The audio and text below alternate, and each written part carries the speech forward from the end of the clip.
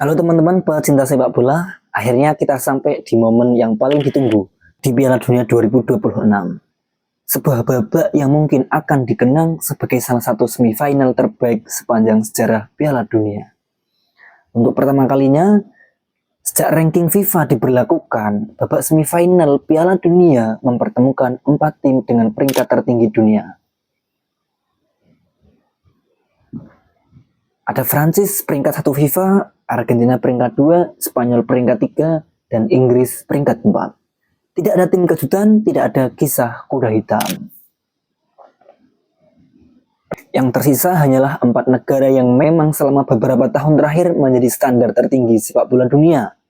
Perjalanan mereka pun sama sekali tidak mudah.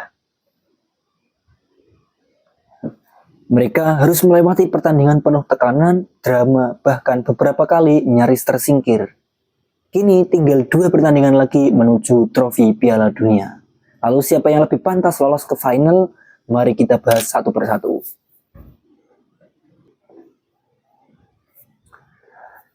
Yang pertama, Prancis menghadapi Spanyol. Adu filosofi sepak bola modern.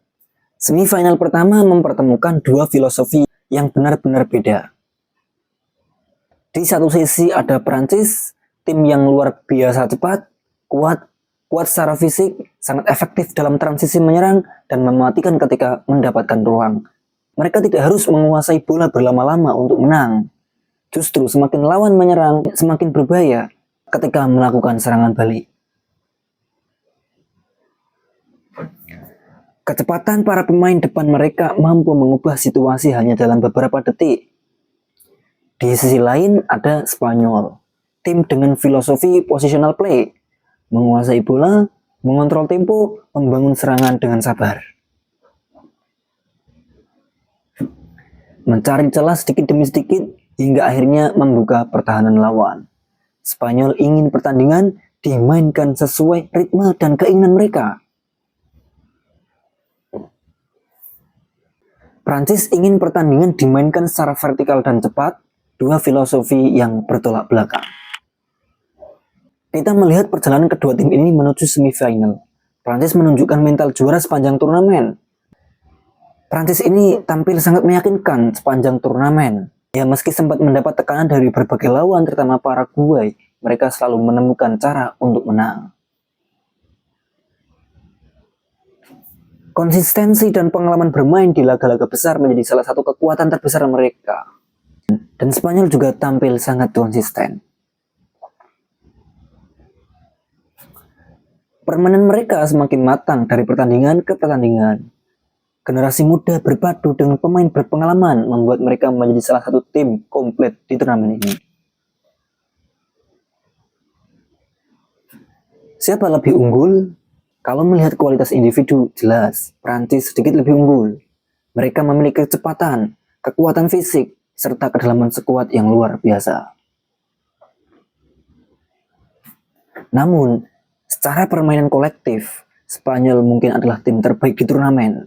Organisasi permainan mereka sangat rapi. Mereka jarang kehilangan kontrol. Mereka membuat lawan terus berlari mengejar bola, menguasai permainan, mendikte permainan. Ini adalah pertandingan yang kemungkinan besar akan ditentukan oleh detail kecil. Siapa yang lebih disiplin, siapa yang lebih efektif memanfaatkan peluang, dan siapa yang mampu mengendalikan emosi ketika tekanan semakin besar. Kunci pertandingan di laga ini adalah faktor lini tengah. Jika Spanyol berhasil mendominasi penguasaan bola, peluang mereka menuju final akan semakin besar. Namun, jika Prancis berhasil merebut bola dan menyerang lewat transisi cepat, pertahanan Spanyol akan menghadapi ujian yang sangat berat. Efektivitas penyelesaian akhir juga menjadi pembeda, karena pertandingan sebesar semifinal biasanya hanya menghadirkan sedikit peluang. Satu kesalahan kecil bisa mengubah semuanya. Kemudian pertandingan Argentina menghadapi Inggris. Mental juara melawan skuad yang bisa dibilang paling lengkap. Semifinal kedua tak kalah menarik. Argentina menghadapi Inggris. Pertandingan yang sangat syarat sejarah. Argentina datang sebagai juara bertahan dunia, Mereka mungkin tidak selalu tampil dominan, bahkan beberapa kali terseok-seok sepanjang turnamen. Namun setiap kali berada di bawah tekanan, mereka selalu mampu mengatasinya. Itulah karakter seorang juara. Mereka tahu bagaimana memenangkan pertandingan besar.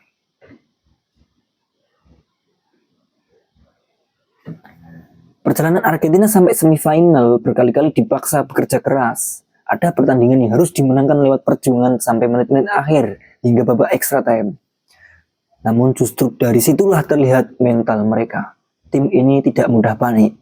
Mereka tetap percaya pada sistem permainan dan pengalaman para pemainnya.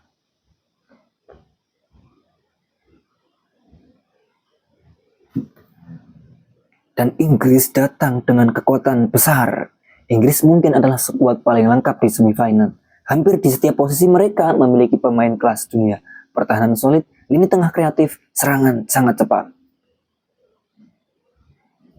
Mereka juga semakin matang dibanding beberapa turnamen sebelumnya. Inggris tidak hanya mengandalkan individu, mereka bermain sebagai satu kesatuan. Duel taktiknya, Argentina kemungkinan akan bermain lebih sabar, mengandalkan pengalaman, menunggu momen yang tepat. Sementara Inggris cenderung tampil agresif dengan pressing tinggi dan tempo cepat. Pertarungan lini tengah akan menjadi penentu. Siapa yang mampu menguasai area tersebut akan lebih mudah mengontrol jalannya pertandingan. Kemudian ada faktor penentu lagi, yaitu Lionel Messi. Meski usia tidak lagi muda, Lionel Messi tetap menjadi pembeda yang mungkin tidak berlari sepanjang pertandingan. Tidak berlari secepat dulu, namun satu sentuhan, satu umpan, satu tendangan bebas bisa mengubah hasil pertandingan. Pengalaman dan fisik permainan Lionel Messi menjadi modal yang sangat berharga bagi Argentina. Di sisi lain, Inggris memiliki energi muda yang luar biasa. Mereka mampu menjaga intensitas permainan selama 90 menit. Inilah yang membuat duel ini begitu sulit diprediksi.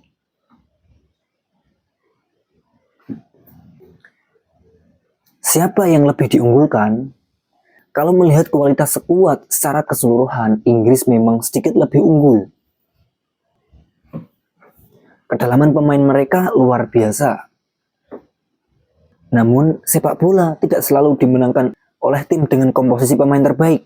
Argentina sudah berkali-kali membuktikan bahwa mental juara mampu mengalahkan segala prediksi. Itulah mengapa pertandingan ini diperkirakan berlangsung sangat-sangat ketat.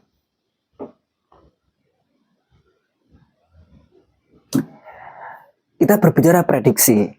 Prancis melawan Spanyol benar-benar 50-50. Jika pertandingan berjalan sesuai tempo Spanyol, mereka punya peluang besar lolos.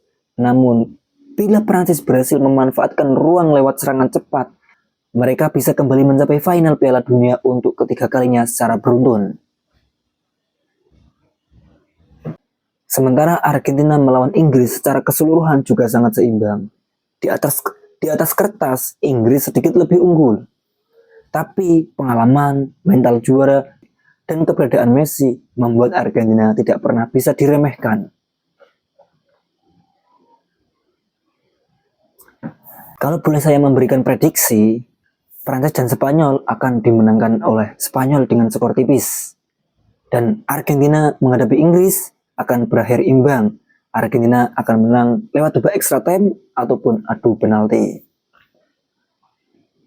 Jika prediksi ini terjadi, maka final Piala Dunia 2026 akan mempertemukan laga finalisima yang tertunda. Spanyol menghadapi Argentina. Sebuah laga yang pasti akan menjadi penutup sempurna bagi turnamen luar biasa ini, terutama para fans-fans Barcelona. Namun tentu saja inilah indahnya sepak bola. Semua prediksi bisa berubah dalam 90 menit. Menurut kalian bagaimana? Apakah Prancis mampu mencapai final ketiga secara beruntun? Apakah Spanyol akan mengembalikan kejayaan mereka? Apakah Inggris akhirnya memutus penantian panjang menuju final? Atau justru Argentina akan kembali juara back-to-back? Tulis prediksi kalian di kolom komentar.